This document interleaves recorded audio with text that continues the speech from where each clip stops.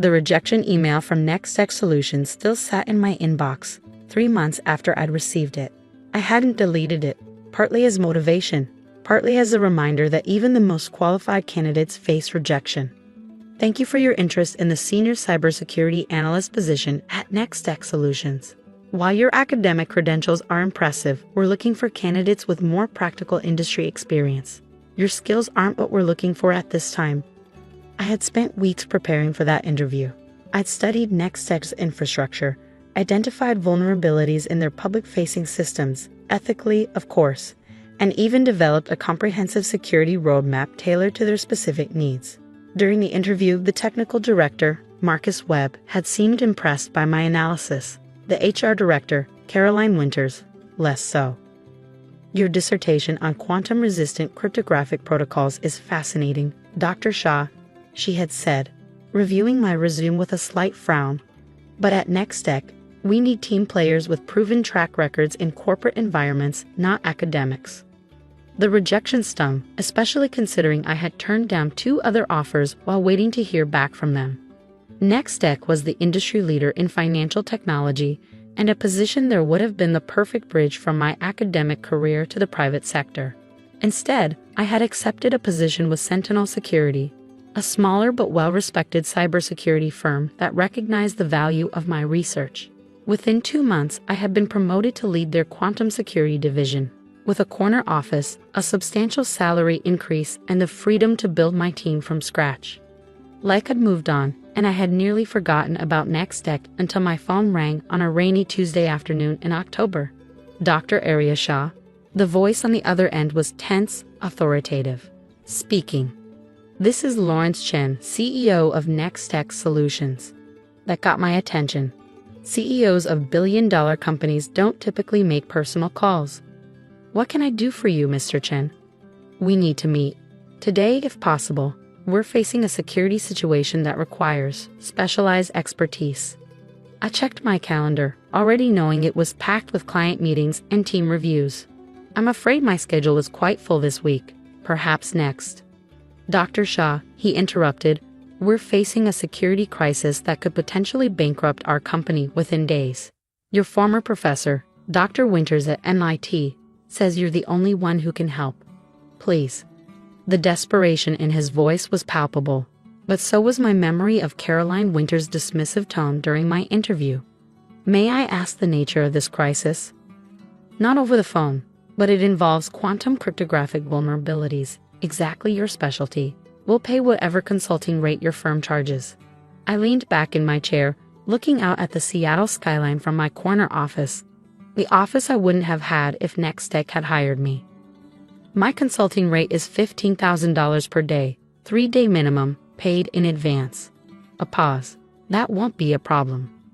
2 hours later, I was being escorted through NextTech's gleaming headquarters in downtown Seattle. The security guards, the receptionists, even the employees rushing through the atrium all shared the same tense expression. Something had the entire company on edge. In the executive conference room, I found Lawrence Chen, Marcus Webb, and to my mild surprise, Caroline Winters. Chen looked like he hadn't slept in days. Webb seemed equally exhausted. Winters simply looked uncomfortable. Dr. Shah, thank you for coming on such short notice, Chen began, extending his hand.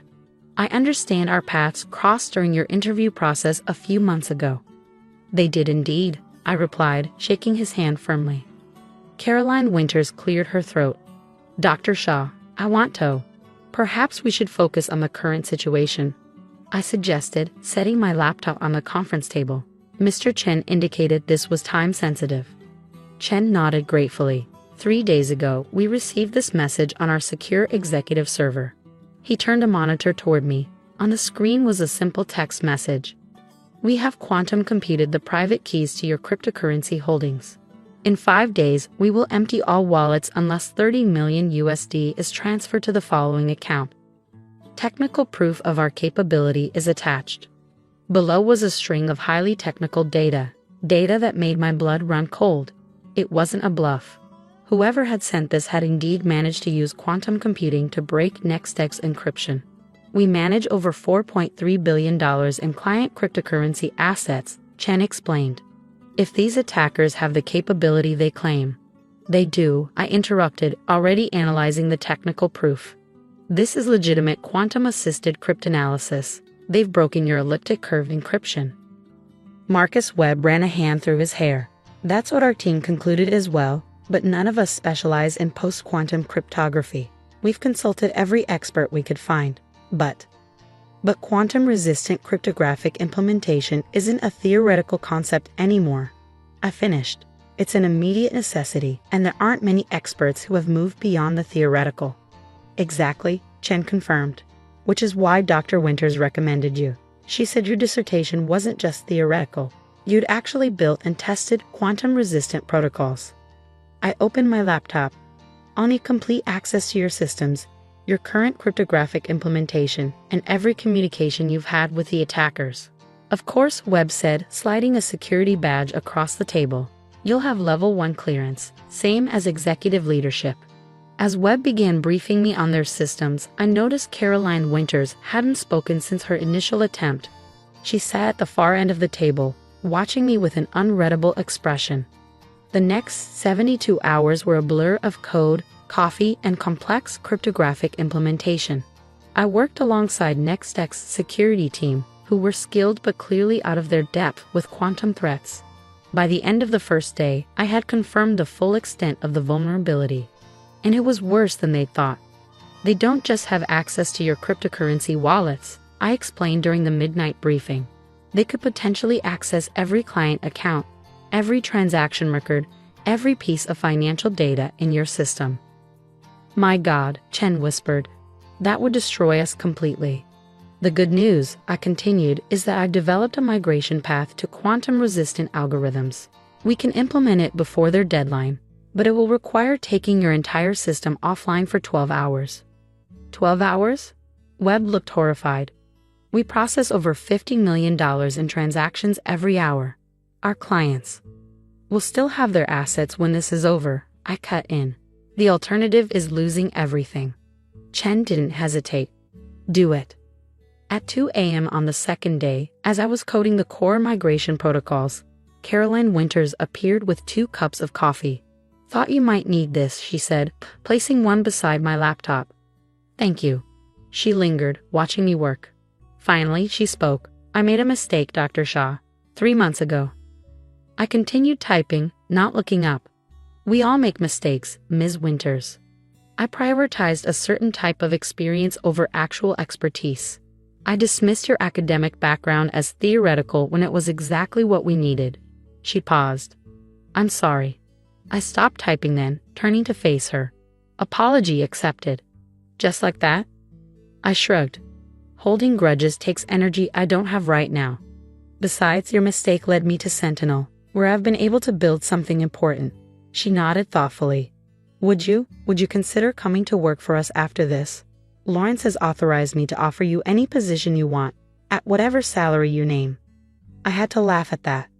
3 months ago, I would have accepted your original offer without negotiation. Now, I'm afraid that ship has sailed. She nodded again, accepting this without argument. Then we're fortunate to have you as a consultant, at least. On the third day, at exactly 3 p.m., we initiated the system migration. The entire executive team, a board of directors, and a dozen anxious department heads crowded into the command center as NextX's entire financial ecosystem went offline. Beginning quantum-resistant key generation, I announced, executing the command sequence. For 12 excruciating hours, we watched as the new cryptographic architecture deployed across thousands of servers. At hour 6, we received another message from the attackers. We see what you're attempting. It won't work. Will it? Chen asked quietly, standing behind my chair. It already is, I replied, pointing to the progress indicators. They're bluffing now. At 3 a.m., exactly 12 hours after we began, the system came back online, now protected by cryptographic protocols that would resist quantum computing attacks for the foreseeable future. Test transaction, Webb called out. Successful, responded the security team. Client account verification. Integrity confirmed across all accounts. The room erupted in applause. I sat back in my chair, exhausted but satisfied. We had migrated $4.3 billion in assets to a quantum-secure environment in just 3 days, something that would normally take months of planning and implementation. As the celebration continued around me, Lawrence Chen approached with a check in hand. $45,000 as agreed, he said, handing it to me, plus a $100,000 bonus for saving our company. I accepted the check with a nod. You might want to consider investing some of that $4.3 billion in a more robust security team. Actually, he replied, I was hoping to invest in you. Not as an employee. I understand you're happy at Sentinel, but perhaps a security partnership between our companies, your team providing specialized quantum security consulting to ours. It was a good offer, one that would benefit both companies. I'd be open to discussing that. As I packed up my equipment, Caroline Winters approached one last time. I've learned an expensive lesson about recognizing talent, she said, one I won't forget. The best recruiters know that true expertise doesn't always fit into neat boxes, I replied. Sometimes the theoretical becomes practical overnight, like quantum computing threats. Exactly like that. Outside, the rain had stopped and the early morning sun was breaking through the clouds over Seattle. My phone buzzed with a text from my team at Sentinel, checking on my progress. I typed a quick reply. Crisis averted. Potential new client secured. Be ready for partnership discussions when I return. As my cab pulled away from NextX's headquarters, I allowed myself a moment of reflection. 3 months ago, standing in the same building, I had felt the sting of rejection. The implication that my skills weren't valuable enough, practical enough, corporate enough. Now I was leaving as the expert who had saved a billion-dollar company from disaster, commanding fees that reflected my true value, and potentially establishing a partnership that would benefit my team at Sentinel.